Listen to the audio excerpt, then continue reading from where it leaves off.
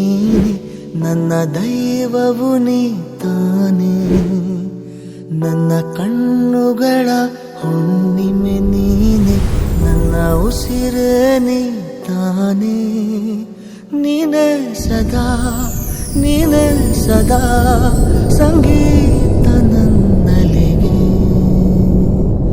ನನ್ನ ಸರ್ವಸ್ವ ನೀನೇ ಅನ್ನು ಮಾತದು ಸಾಲದು ಕೊನೆಗೆ.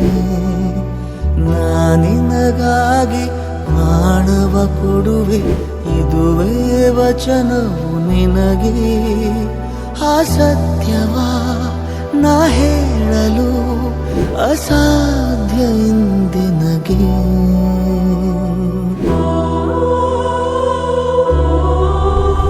ಸ್ವರ್ಗದಿಂದ ಭೂಮಿಗೆ ಕಳಿಸಿ ಅಂದರೆ ಭೂಲೋಕದ ಸ್ವರ್ಗಕ್ಕೆ ಕಳಿಸಿದ್ದಾರೆ. ಭೂಲೋಕದಲ್ಲಿ ಸ್ವರ್ಗನ ಅದೆಲ್ಲಿದೆ ಅಂತೀರಾ? ಇದೇ ನೋಡಿ ನನ್ನ ಅಣ್ಣ ನಿರ್ಮಾಣ ಮಾಡಿರುವ ಜನಸ್ನೇಹಿ ಸ್ವರ್ಗ. ಹಾಯ್ ಅಣ್ಣ, ಮೊದಲನೇದಾಗಿ ಹುಟ್ಟುಹಬ್ಬದ ಶುಭಾಶಯಗಳು. ಹೇಗಿದ್ದೀಯಾ? ಅತ್ತಿಗೆ ಮಕ್ಕಳೆಲ್ಲ ಹೇಗಿದ್ದಾರೆ? ನೋಡ್ತಾ ಇರ್ತೀನಿ, ರಾತ್ರಿ ಹಗಲು ಒಂದೇ ಊಟ ನಿದ್ದೆ ಬಿಟ್ಟು ಸದಾ ಸಮಾಜ ಸೇವೆ ಅಂತ ಒದ್ದಾಡ್ತಾ ಇದ್ದೀಯಾ. ನೀನು ಮಾಡೋ ಕೆಲಸನ ಜನ ಮೆಚ್ಚುತ್ತಾರೋ ಇಲ್ವೋ ಗೊತ್ತಿಲ್ಲ ಅಣ್ಣ, ಆದರೆ ಜನಾರ್ದನ ಖಂಡಿತ ಮೆಚ್ಚಿದ್ದಾನೆ. ನೀನು ಇಲ್ಲೇ ಸ್ವರ್ಗ ಕಟ್ಟಿದ್ದೀಯ, ಆದರೆ ಈ ಸ್ವರ್ಗದಲ್ಲಿ ನಾನೇ ಬದುಕೋಕ್ಕಾಗಲಿಲ್ಲ. ಏನು ಮಾಡಲಿ ಅಣ್ಣ, ಎಲ್ಲ ವಿಧಿಯ ಆಟ. ಭಗವಂತ ಒಂದು ಕಿತ್ತುಕೊಂಡ್ರೆ ಮತ್ತೊಂದು ಕೊಡ್ತಾನೆ ಅಂತಾರೆ. ಆದರೆ ನಿನ್ನ ಸೇವೆಗೆ ಮೆಚ್ಚಿ ಒಬ್ಬ ತಮ್ಮನನ್ನು ಕಿತ್ತುಕೊಂಡ. ಆದರೆ ಅದೇ ನೋವಿಗೆ ಭಗವಂತನೇ ಕಣ್ಣೀರಾಕಿ ನನ್ನಂಥ ಹಲವಾರು ತಮ್ಮಂದಿರನ್ನು ನಿನ್ನ ಬೆನ್ಗಾವಲಾಗಿ ಕೊಟ್ಟಿದ್ದಾನೆ. ರವಿ, ಕರ್ಣ, ಮೋಹನ, ಶ್ರೀಕಾಂತ, ಮನು, ಹೀಗೆ ಒಬ್ಬರಲ್ಲ ಒಬ್ಬರು ತಮ್ಮಂದಿರು ನಿನ್ನ ಹೆಗಲ ಮೇಲಿನ ಭಾರ ಹೊರುತ್ತಿದ್ದಾರೆ. ಅಂದಹಾಗೆ ನಾನೆಲ್ಲೂ ಹೋಗಿಲ್ಲಪ್ಪ, ನೀನು ರಕ್ಷಣೆ ಮಾಡು ಆ ಪ್ರತಿ ದೇವರ ಮಕ್ಕಳಲ್ಲಿ ನಾನಿದ್ದೇನೆ. ನಿನಗೇ ಗೊತ್ತಿಲ್ಲದೆ ನೀನು ಸೇವೆ ಮಾಡ್ತಾ ಇದ್ದೀಯ ಅಷ್ಟೇ. ಒಳ್ಳೆಯದಾಗಲಿ ಅಣ್ಣ. ಮತ್ತೊಮ್ಮೆ ಹುಟ್ಟುಹಬ್ಬದ ಶುಭಾಶಯಗಳು. ಹಾಗೆ ಇನ್ನೊಂದು ಮಾತಣ್ಣ, ನಿನ್ನ ಮುದ್ದು ಮಗಳ ಮಡಿಲ ಕೂಸಾಗಿ ಬಂದು ನಿನ್ನ ಹೆಗಲೇರಿ ಆಟ ಆಡ್ತೀನಿ.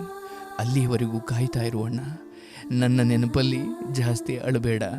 ನೀನೇ ಬೆಳೆಸಿದ ಹೂವೊಂದು ಇಷ್ಟಪಟ್ಟು ದೇವರು ಅವನ ಮುಡಿಗೆ ಸೇರಿಸಿಕೊಂಡಿದ್ದಾನೆ ಅಷ್ಟೇ.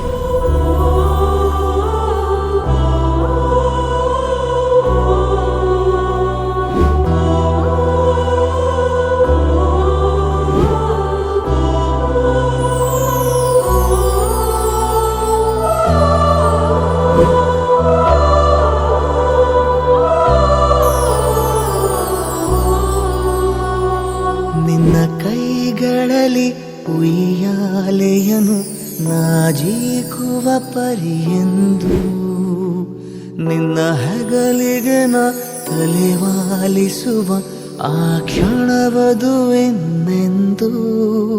ಪ್ರತಿ ಕ್ಷಣ ನನ್ನ ಕಾಡುವ ಈ ಪ್ರಶ್ನೆಗೆ ಉತ್ತರಿಸು.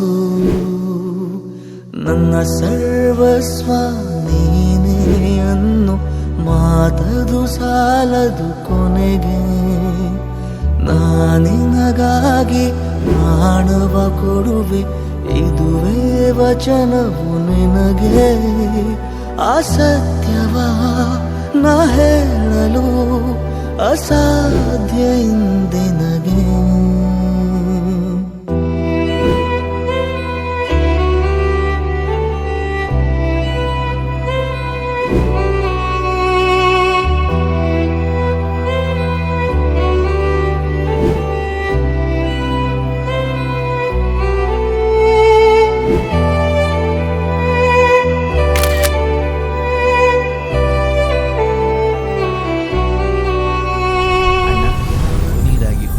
ಶುಭಾಶಯಗಳು ಅಣ್ಣ.